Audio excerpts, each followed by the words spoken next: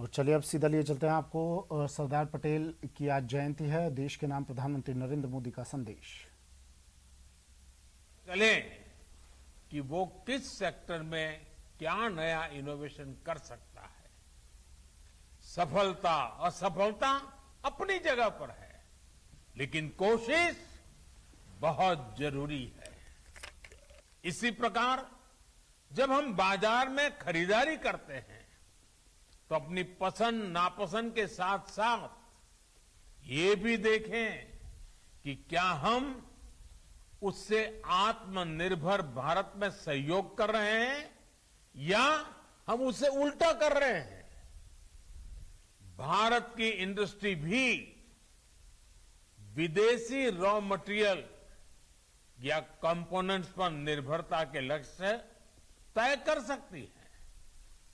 हमारे किसान भी देश की आवश्यकताओं के अनुसार नई खेती और नई फसलों को अपनाकर आत्मनिर्भर भारत में भागीदारी मजबूत कर सकते हैं। हमारी सहकारी संस्थाएं भी देश के छोटे किसानों को मजबूत करें। हम जितना ज्यादा ध्यान हमारे छोटे किसानों के ऊपर केंद्रित करेंगे, उनकी भलाई के लिए आगे आएंगे, गांव के अत्यंत दूर दूर के स्थानों तक हम एक नया विश्वास पैदा कर पाएंगे।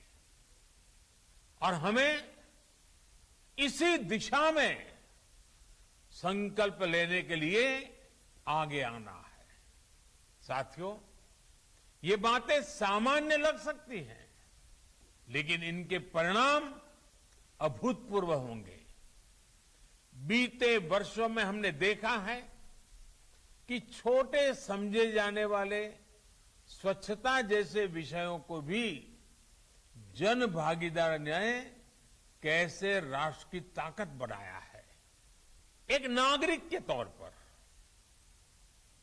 जब हम एक भारत बनकर के आगे बढ़े तो हमें सफलता भी मिली और हमने भारत की श्रेष्ठता में भी अपना योगदान दिया। अब हमेशा याद रखिए, छोटे से छोटा काम भी महान है अगर उसके पीछे अच्छी भावना हो। देश की सेवा करने में जो आनंद है, जो सुख है, उसका वर्णन शब्दों में नहीं किया जा सकता।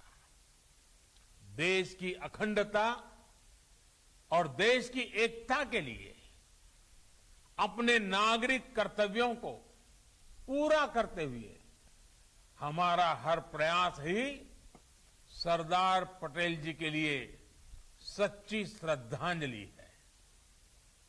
अपनी सिद्धियों से प्रेरणा लेकर देश की श्रेष्ठता को नई ऊंचाई दे, इसी कामना के साथ आप सभी को फिर से राष्ट्रीय एकता दिवस की बहुत बहुत बधाई।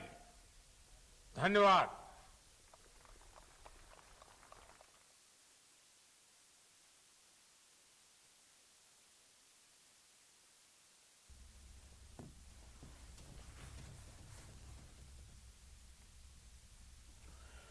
और श्रीगंगानगर से बड़ी खबर आ रही